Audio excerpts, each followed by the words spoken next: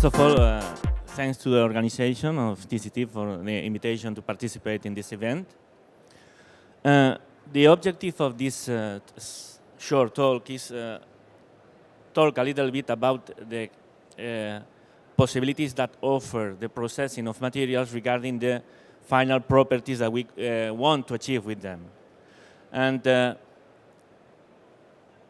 this is the title. This is the study of the influence in the specific case of the FDM process. First of all, I will introduce my institute. It's AIMPLAS.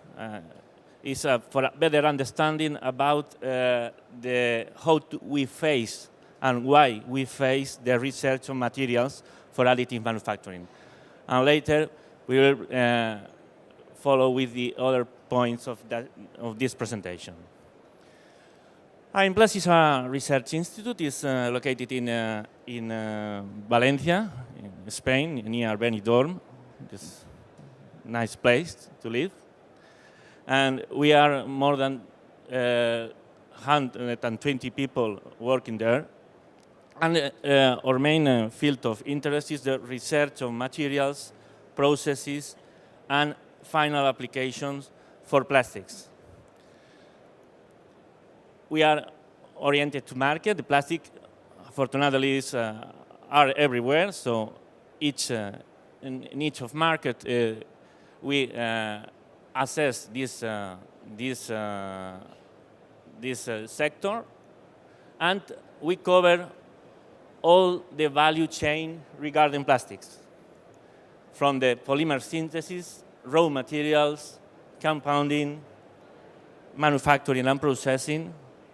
Initially the conventional ones, now we add the additive manufacturing process, the end users' needs, and also the final of the life cycle of this final product. Well, first of all, we will talk only about plastic materials. Other speakers have talked about metals or powders. We will only focus in plastic materials for FDM technologies. A brief introduction is well known for everybody here. The prototypes as objective is covered by the majority of the materials that up to now are available in the market, PLA and ABS mainly. In the case of molds and tooling, and also in the final products, there is still a lack of materials that can cover the real needs and requirements of most of them. Taking into account that we come from our background is from the plastic sector. We are developing materials for the conventional processes, injection molding, thermosettings, extrusion. We have there thousands and thousands of materials. So for us, there is still a low variety of material available. If we look at these figures, sorry, these are in Spanish. This is from a survey of Price Waterhouse. It's regarding the final use of the additive manufacturing products. The main column is for prototypes, the red column for molds, and only the green for final products. How we can increase this percentage of final products? By the way of the technology development. Some of the speakers before have talked about this. We need better design and software for hand these designs, the 3D printing equipment, and obviously the materials. The challenge up to now has been mentioned before. This is the little variety of materials, mainly PLA or ABS. I know that obviously there are other materials, but this is the most common. There is a strong dependence of the providers of printers technology, and this is a constraint for the evolution of these technologies. And as it was mentioned before, the lack of quality standards. If you know what kind of information we can obtain from a plastic material, the usual plastic material for conventional processes, you can, if you see, and you see the data sheet of one filament for 3D printing, you can see the difference between the information that we have from one or the other. We still don't know what properties have to appear in these technical data sheets, and what kind of properties will help on the improvement of the process by additive manufacturing. Well, the necessary improvement that this area has to face off is regarding the development of material for fast printing. It's not a dream. We have to try to reach it. We have to reduce hours of time to minutes. The good surface finishing materials in order to avoid the treatment of post-processing that we have to do it up to now. And in addition, and we will explain a little bit after, the properties improvement. We have to improve the properties of the materials in different areas. We can improve the mechanical properties, we can improve electrical conductivity, as example, thermal conductivity, antimicrobial, flame retardant.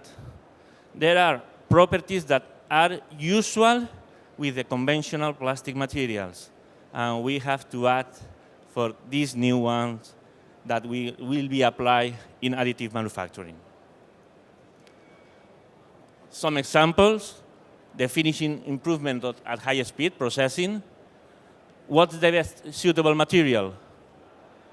The low viscosity material gives a best finishing for the part. When we talk about process in additive manufacturing, it's important to know what is the rheological properties, what is the behavior of the material, because we have not too much parameters to play with the additive manufacturing equipment. If we look to the mechanical properties, this is a micro level.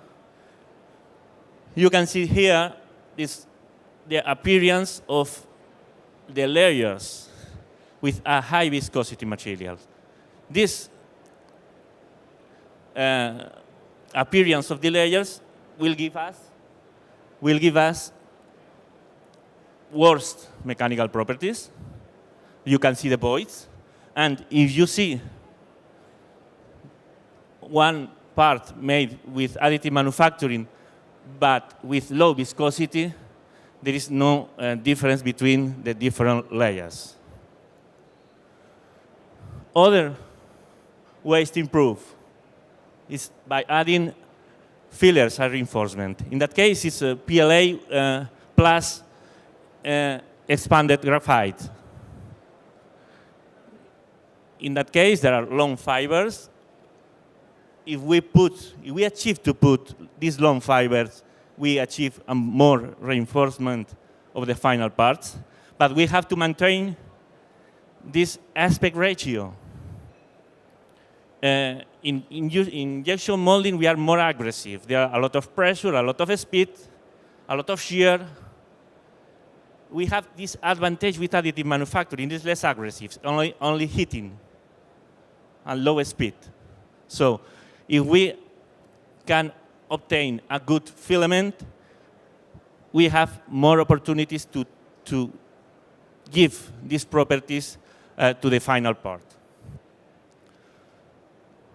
Well, other study is regarding the comparison with conventional process and additive manufacturing.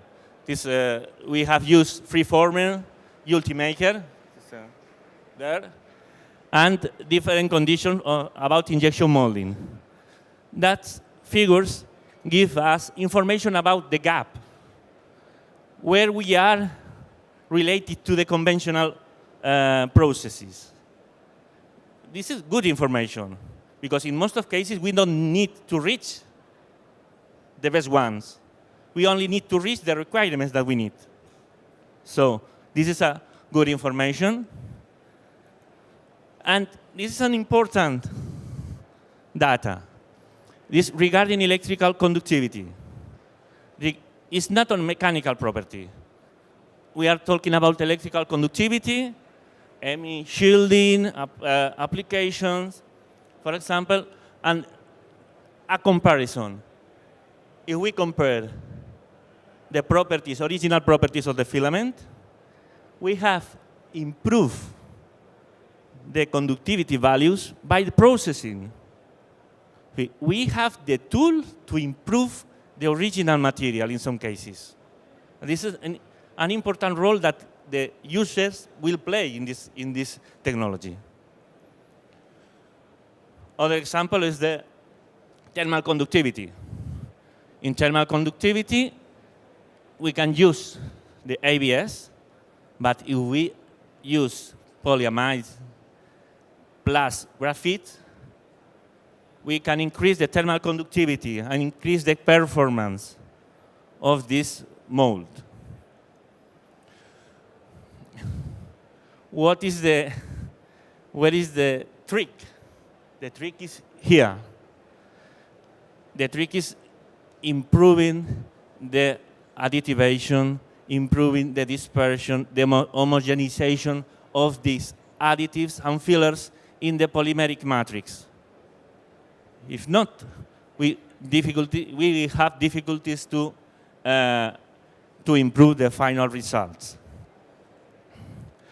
Well, going to one of the case studies that we have developed in AIMPLAS, it was regarding a comparison between the mechanical properties based on simple test bar, this ISO-B test bar.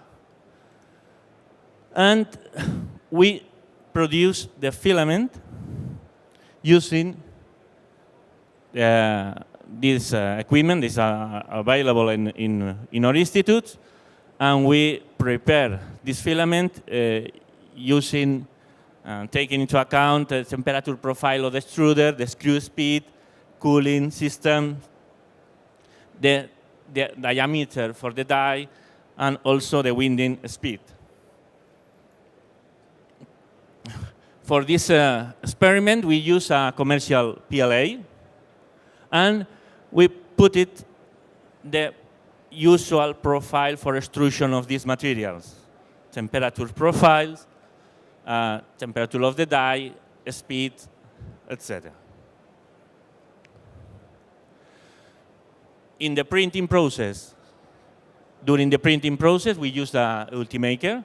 It's one of the machines that we have there in the institute. Our institute don't develop a final application, only, let me say, play with materials. We develop material, we test it, we process, we characterize. The general machine parameters were established using the Cura software, and it's only a part of the experimental. We play with the printing speed and the bed temperature conditions. In a conventional 3D printer, it's an Ultimaker, 2,000 or 3,000 euros. Well, when we produce these test samples, after we proceed with the characterization in our labs. Let me focus in this value. This is the flexural value. This one is the most important property regarding mechanical behavior of the materials. If we look to the results, the flexural modulus is one of the best mechanical properties in order to evaluate the adhesion between layers. Because at the end, you are sticking, you are gluing layer by layer.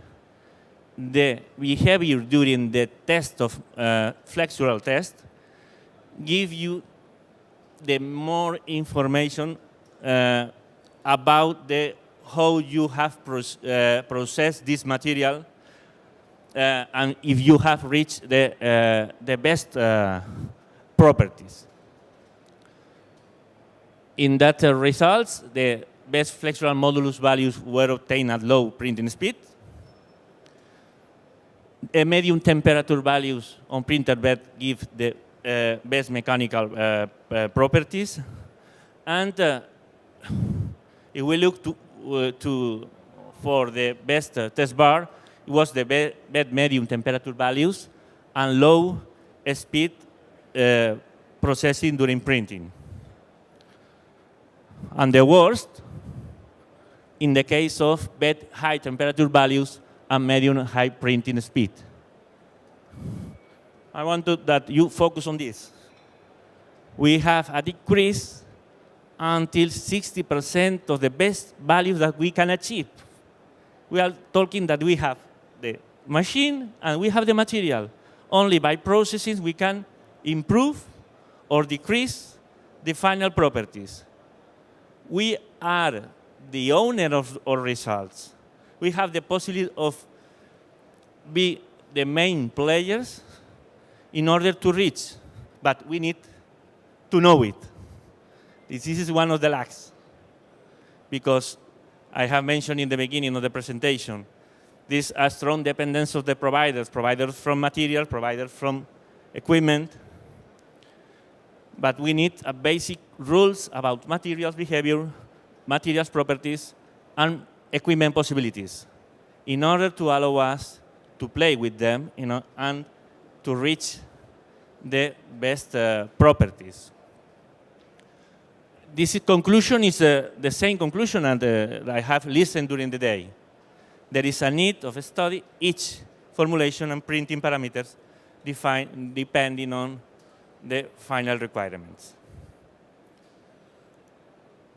And let me go briefly to a part of conclusions. I don't know if you know this. This is a game. I assume that you are serious people, so probably don't know it. This is Pokemon Go. I will explain briefly. The challenge of this game is to collect as much Pokemon as possible. You will finish when you collect all.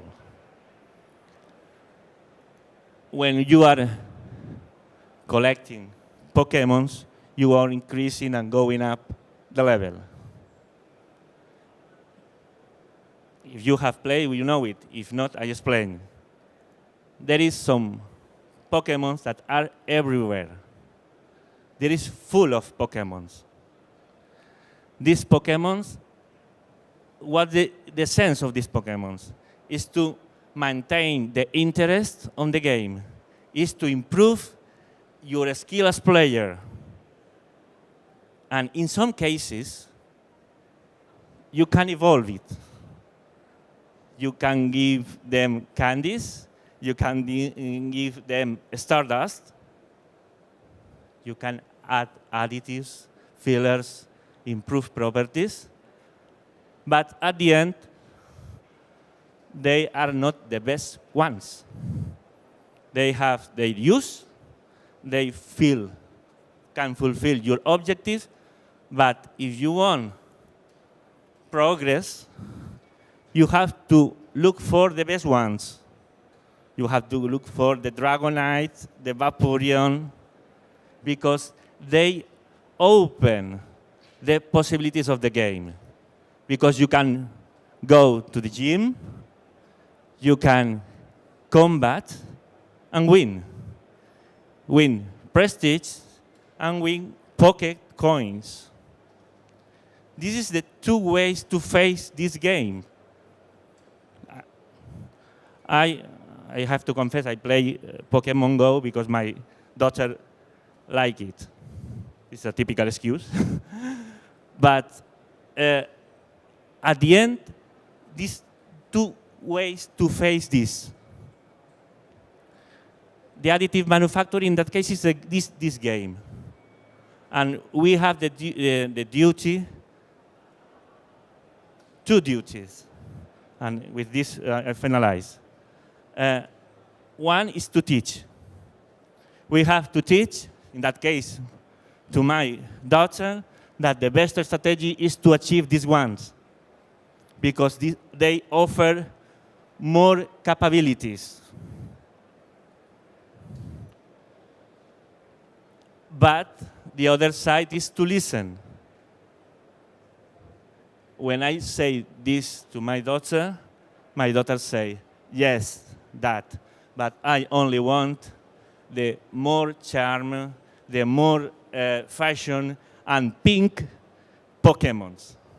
So we have to listen the users, we have to listen their real needs, but continue, advance, looking for the new possibilities of the materials. And that's all. Thank you for your attention.